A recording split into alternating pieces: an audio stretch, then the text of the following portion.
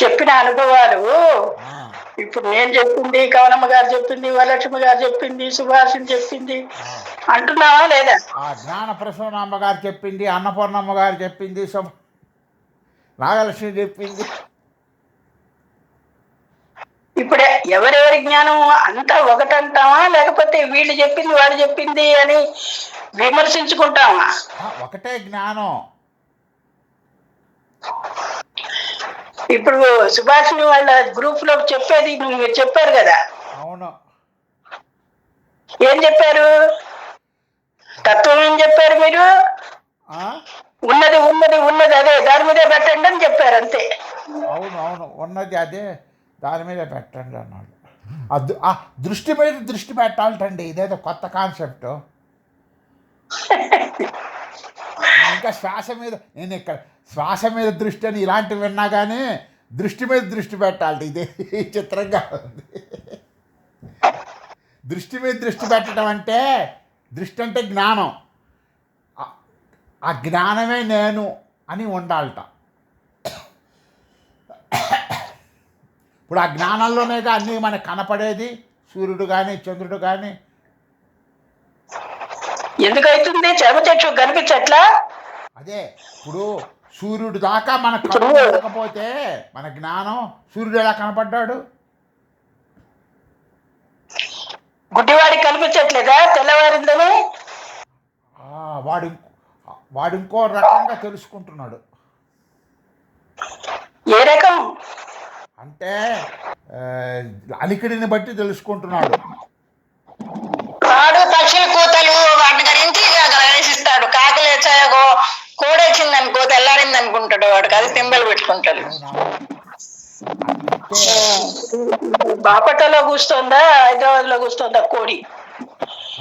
అదే, హైదరాబాద్ లో గుడ్డి వాళ్ళకి కష్టమే కనుక్కోవడం అమ్మా. ఇక పక్షుల ఆరుపులు వినిపిస్తాయి కాబట్టి దాన్ని బట్టి గుడ్డిస్తాయి. పక్షులు అన్ని చోట్ల ఉంటాయి, పక్షులు గుంపులు గుంపులు పోయి ఆరుస్తాయి కదా.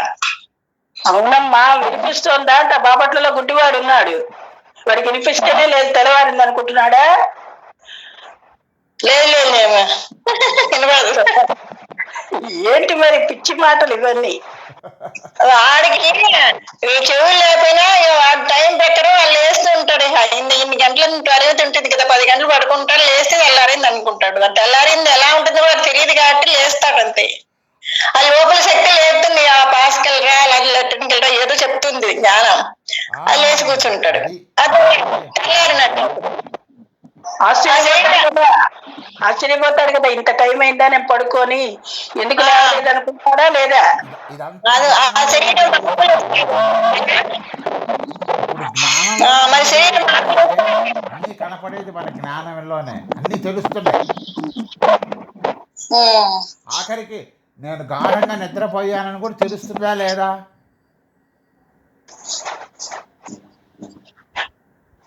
ఇప్పుడు అహం బ్రహ్మాస్మి వాక్యం కూడా పనికి రాదండి అని చెబుతున్నాడు కదా ఆంజనేయుడు. అప్పుడు అది కూడా ఎక్కడ రమణ మహర్షి చెప్పారట, అక్కడ విన్నాడు ఆయన. అందుకని నువ్వు అటు ఇటు ఏమి జపించకుండా అలా కూర్చో, మాట్లాడకుండా అన్నాడు.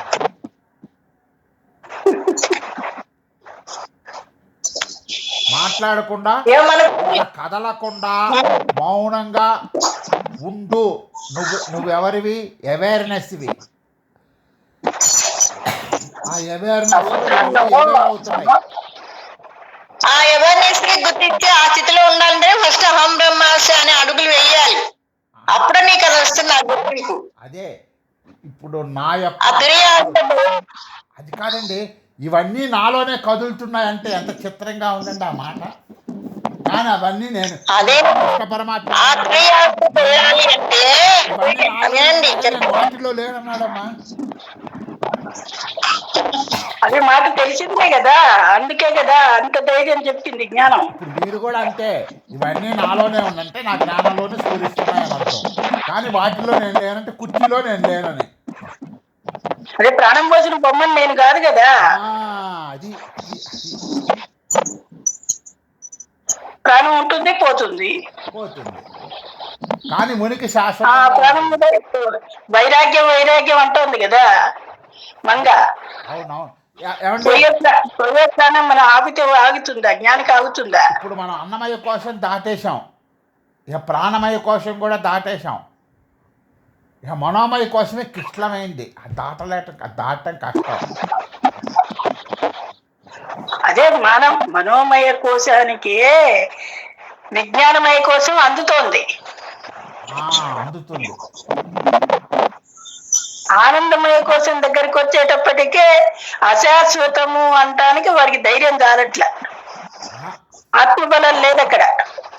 అందుకే పరిగెత్తుతున్నాడు. ఎక్కడ భోజనాలు ఉంటే అక్కడికి, ఏ మనిషిని కలుసుకోవాలంటే ఆ మనిషిని కలుసుకోవడానికి వెళ్తున్నాడు. మనుషులు శాశ్వతం కాదు, భోజనాలు శాశ్వతం కాదు. ఆ మనుషులు చెప్పే బోధ శాశ్వతము అని తెలుసుకున్నాడు. ఏదన్నా చెప్పయ్యా, నువ్వు వెళ్ళిపోయానండి. కార్తీకు వెళ్ళిపోయినాడా? చాలాసేపు వెళ్ళిపోయి.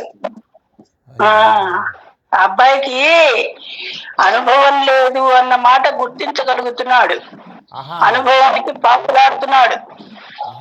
సామాన్య జ్ఞానం అంటే సామాన్యం అంటే అందరికి అందుతుంది కదా. అది ఎల్ఎన్ రాజు గారు చెప్పారు. అది సామాన్యంగా ప్రతివాడు ఆత్మే అయి ఉన్నాడు. విశేషం ఎందుకు వచ్చింది అంటే శరీరాన్ని నమ్మి ఉన్నాడు కాబట్టి. ఈ శరీరం నమ్మింది మనసు. ఆ మనసుకు మందు పెట్టడం చేత కావట్లే.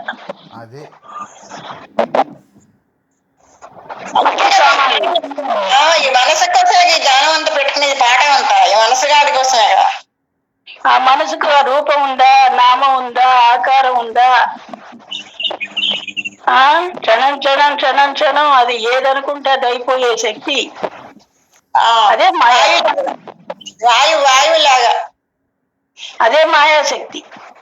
నేను మనుషులు కాదు, పిచ్చి ముండా, నువ్వు నన్ను బోల్తా పడేస్తున్నావని కాసేపు దాన్ని పక్కకు నెట్టి కూర్చోవటం చేత కావట్లా. ఆ చేతగాని వాడి ప్రశ్నలన్నీ ఇట్లా ఉంటాయి. ఉంది ఉంది ఉంది అంటాడు. ఉంది ఉంది, నువ్వు చెప్పేదే ఉంది, అందరిలో ఉంది. అదేం వస్తువు కాదు కదా. కదా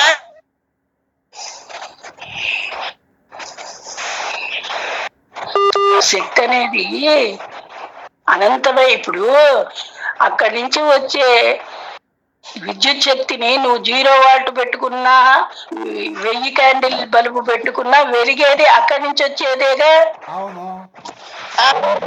నువ్వు పెట్టుకున్న దాన్ని బట్టి అది వెలుగు చూపిస్తుంది. అట్లాగే నువ్వు తెచ్చుకున్నటువంటి మనసును నువ్వు నమ్మి ఆత్మజ్ఞానం పొందుతానంటే అయ్యే పనేనా?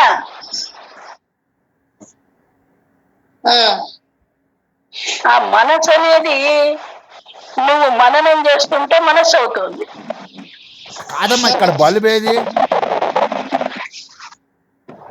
మననం చేయటమే. ప్రకృతి గురించి, నీ శరీరాన్ని గురించి మననం చేస్తున్నావు, కానీ ఆత్మని గురించి నీకు మననానికి వస్తోంది అన్న మాట నువ్వు దాన్ని గుర్తించి మననం చేస్తున్నావా?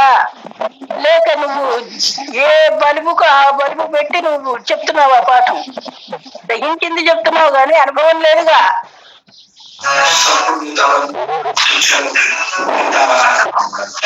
ఏ అనుభవం అంటే ఆ విద్యుత్ నువ్వే కదా. నీ బలుబు నువ్వు చెప్పే మాటలోనే తెలిసిపోతుంది.